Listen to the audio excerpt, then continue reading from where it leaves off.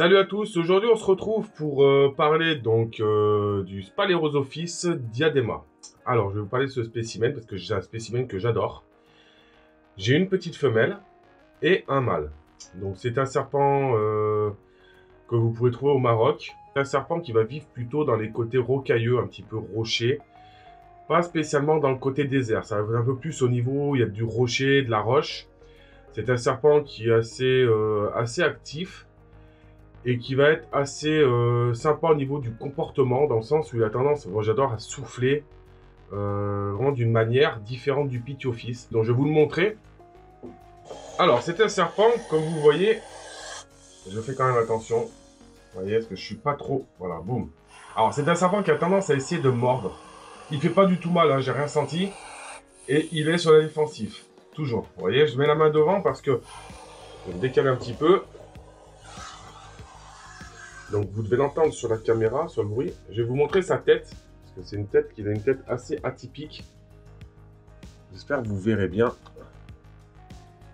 Au niveau de la morphologie de la tête, c'est vraiment un serpent qui est spécial. J'adore, il a vraiment des gros yeux, assez bombés au-dessus, et une forme de tête qui est assez sympa. Bon, je suis désolé, hein, je suis tout seul pour filmer, je suis pas dans un studio.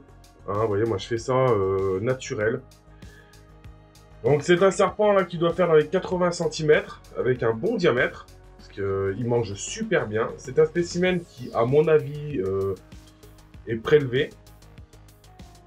Alors des petits moins de ce serpent, tendance à souffler, assez mordeur, mais pas agressif. Voilà, c'est une fois que vous l'avez dans les mains, vous voyez, je peux le manipuler, il n'y a pas de souci particulier.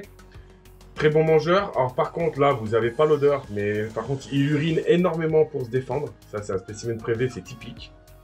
Les Botrochelys derrière, le mâle me le fait, la femelle me le fait pas.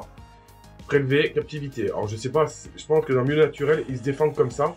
Une odeur assez forte, bon après ça c'est une habitude.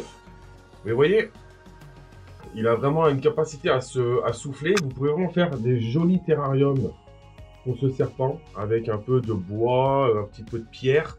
Honnêtement, moi, si j'avais la place, je pense que prochainement, je vais lui faire un joli terrarium. Là, il a un terrarium qui fait 90, 45, 50, avec du coco, enfin de l'éclat de coco et une branche en bois. Par contre, j'aimerais bien lui faire vraiment un côté rocailleux avec de la pierre. Alors, c'est chiant, il faut nettoyer les cacas, il faut nettoyer les pierres à chaque fois et tout, mais je pense que ça va être plus sympa à voir évoluer là-dedans. C'est un serpent qui est assez cool. Je vais vous montrer la petite femelle. Donc là, c'est un mâle. Là, il est adulte. Hein. Il va grossir encore un petit peu.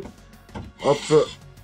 Donc au niveau de la femelle, je l'ai acheté dans un magasin. Le magasin, c'est très bien qui c'est. Je ne dirai pas le nom. Voilà. Ça peut être un des 4-5 magasins connus en France. Je ne dirai pas qui. Mais quand on me l'a vendu, soi-disant démarré. Il n'était pas du tout. Donc ça a été une grosse déception de ma part. Parce que je pars du principe qu'on vend des serpents démarrés. Enfin bref, c'est pas grave. Aujourd'hui, ça va très bien, hein, et ça a été compliqué pendant longtemps. Donc petite femelle, elle a bien grandi, hein, vous l'avez vu dans les vidéos précédentes. Elle doit faire dans les, allez, je dirais 10, 20, 30, 40 cm, 35 cm. Elle a bien grossi, vous voyez, la même forme atypique, toujours pareil, aussi speed. C'est très craintif, c'est un serpent très craintif, vous pouvez pas lui donner la pince. Il va prendre, vous lui posez sur un copeau et il va prendre. La femelle, si je ne la gaffe pas, elle mange qu'une fois toutes les 3 semaines. Elle ne prendra jamais plus. C'est compliqué. Depuis que je l'ai, c'est comme ça. Je l'ai gavé pendant presque 4 mois. Et le seul moyen, c'est de la nourrir avec du rosé vivant. Et le problème, c'est que ben, j'en ai pas. Donc forcément, ben voilà. Donc au début, j'allais en chercher chez des gens que je connaissais. Et aujourd'hui, ben, vu qu'il n'y en a plus, ben, je suis obligé de me débrouiller. Donc la gruger, je la frotte contre des souris. Pour monter un peu l'odeur, mais voilà, serpent très sympa à observer. C'est assez rare en captivité, moi je trouve que c'est cool à avoir. C'est un peu comme l'Oreoclyptophis. C'est un serpent que vous pouvez maintenir en captivité